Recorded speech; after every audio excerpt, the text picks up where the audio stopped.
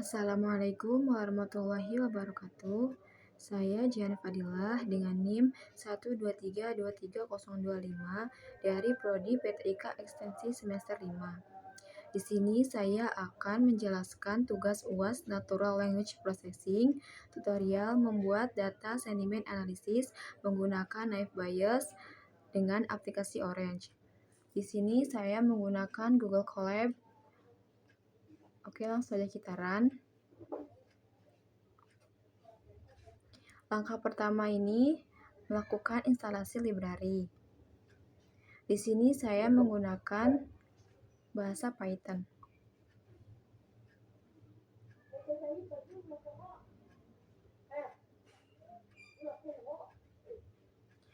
Maaf, prosesnya agak sedikit lama karena di sini tidak ada sinyal. Karena untuk merunning Google Colab, sinyalnya harus bagus ya. Oke, langsung saja kita ke bawah.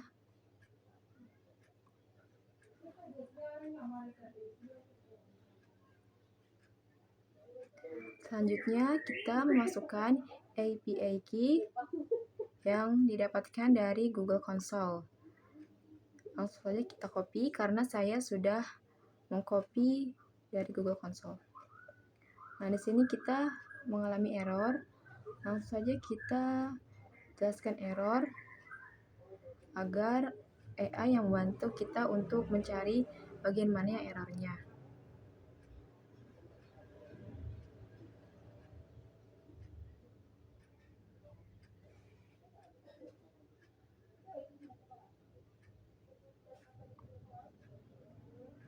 Oke, langsung saja kita terima dan jalankan. Nah, langsung sudah warna hijau, berarti sudah tidak error lagi. Langsung kita scroll ke bawah. Kita running. Kita running lagi. Ini kita running lagi. Nah, di sini kita memasukkan video YouTube yang berupa URL-nya. Nah, kita ambil dari YouTube. Saya mengambil video dengan judul full dari bencana Sumatera terlihat jelas siapa membantu presiden dan siapa berkhianat. Nah, di sini ada komentarnya. Oke, kita copy linknya. Lalu kita masukkan ke Google Colab-nya.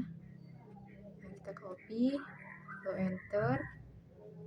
Nah, di sini kita pilih satu karena kita hanya butuh komentarnya saja ya. Kemudian kita running lagi di sini. Nah, di sini kita sudah mendapatkan author, teks, dan like ya. Kita running lagi.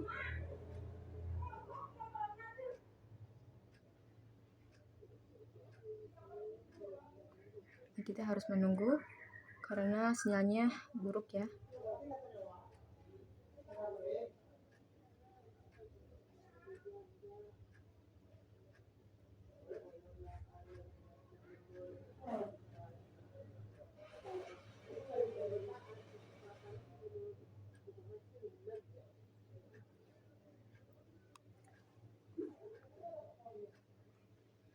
Oke, sudah hijau. Kita ke bawah. Nah, ini hampir selesai ya. Kita running lagi di sini. Kemudian running di sini.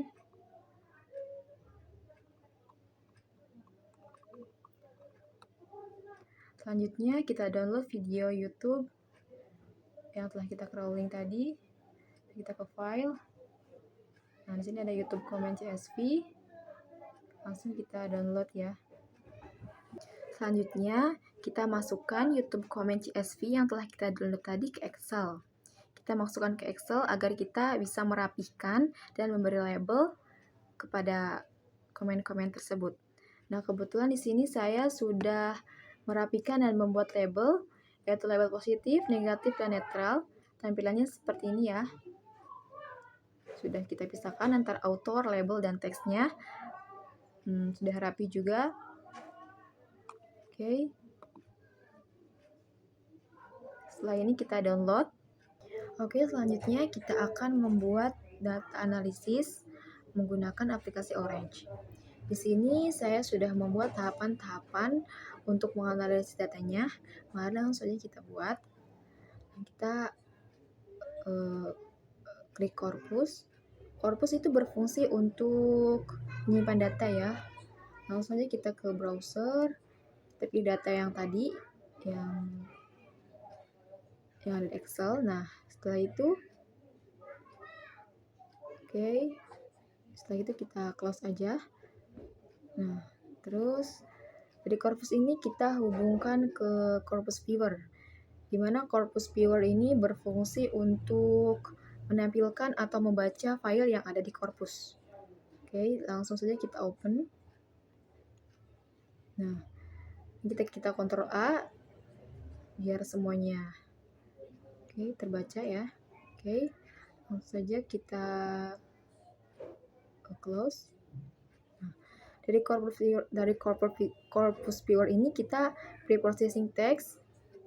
Ya, pre-process text itu berfungsi untuk membersihkan teks, yaitu membuat kalimat atau kata dari huruf besar ke huruf kecil, kemudian menghapus emoticon dan menghapus angka. Nah, di sini sudah benar semua ya.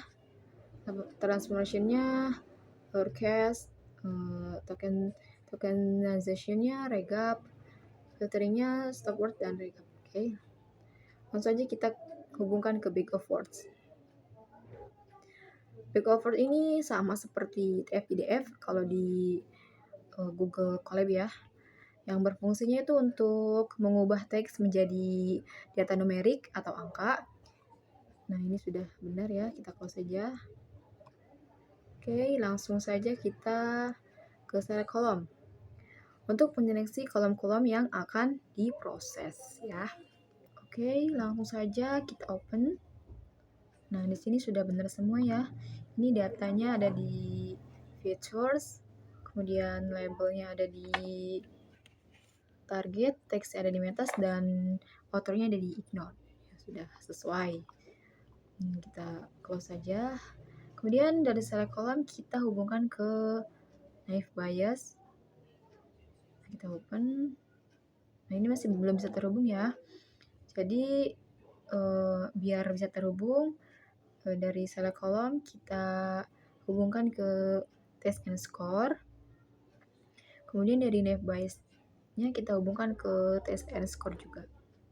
Nah, terus kita open. Nah, ini sudah bisa terbaca. Kemudian kita open text and score-nya. Ini hasilnya. Untuk AUC 0,475, skor ini sangat buruk di bawah standar acak 0,5, CA 0,556, hanya 55,6% prediksi yang tepat, F1 0,461, skor rendah menunjukkan model tidak stabil, precision 0,396, hanya 39,6% tebakan positif yang benar-benar tepat, recall 0,556, model hanya menangkap 55,6% dari total kasus benar, MCC 0,018, kualitas prediksi hampir tidak ada. Langsung kita close, sudah benar soalnya. Kemudian untuk, nah ini kita hubungkan ke confusion matrix ya.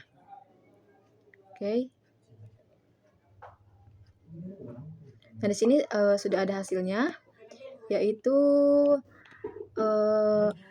data negatif ada 60, 53 benar diprediksi negatif, 4 salah jadi netral, 3 salah jadi positif. Paling bagus dikenali. Netral ada 30 data, 0 benar, 27 salah jadi negatif, 3 jadi positif. Model gagal mengenali kelas netral. Positif 9 data, 2 benar, 6 salah jadi negatif, 1 jadi netral. Banyak positif dianggap negatif. Ya, ini sudah benar, kita close. Kemudian text and score kita hubungkan ke ROC analisis, open. Nah, ini di hasilnya. Grafik menunjukkan model sangat dominan menebak negatif, sehingga gagal mengenali kelas lain. Garis hijau di bawah garis diagonal pada grafik ROC membuktikan bahwa kemampuan model dalam membedakan kategori lebih buruk daripada tebakan acak. Nah, kemudian kita close. Nah, lalu kita hubungkan text and score ke prediction. Nah, di sini terlihat banyak baris diprediksikan negatif dengan angka probabilitas yang identik 0,607. Ini menunjukkan model cenderung memihak ke satu kelas, kemungkinan karena jumlah data letih untuk kelas negatif jauh lebih banyak daripada yang lain. Model menentukan status berdasarkan skor angka terbesar di kolom probabilitas. Namun, karena banyak prediksi yang tidak sesuai dengan label, model ini masih belum akurat. Oke, kita close. Kemudian kita hubungkan text and score dengan distribution. Oke. Nah, di sini terdapat 3 warna biru untuk negatif, warna merah untuk netral, dan warna hijau untuk positif. Oke. Pada grafik distribusi terlihat batang biru negatif sangat tinggi dibandingkan yang lain. Ini artinya model Anda sangat condong menolak negatif untuk hampir semua data. Oke. Jadi di sini negatifnya lebih banyak ya daripada netral dan positif. Kita close. Oke, jadi saya sudah selesai menjelaskan tahapan-tahapan membuat data sentimen analisis dari video YouTube. Dan kesimpulannya kebanyakan komentar negatif daripada positif dan netral. Alasan saya memilih F-bias dalam pemrosesan ini orange karena menurut saya F-bias itu sangat gampang digunakan untuk pemula, kemudian juga prosesnya cepat dan cocok buat klasifikasi sentimen analisis seperti tadi. Kemudian juga algoritma F-bias ini praktis dijadikan model awal untuk mengetes apakah data sudah bisa dipelajari dengan benar tanpa perlu pengaturan rumit. Selain itu, hasil evaluasinya juga mudah dibaca, jadi kita bisa langsung tahu pada pola data dan kekurangannya sebelum memakai model yang lebih kompleks lainnya. Sekian dari saya. Terima kasih. Wassalamualaikum warahmatullahi wabarakatuh.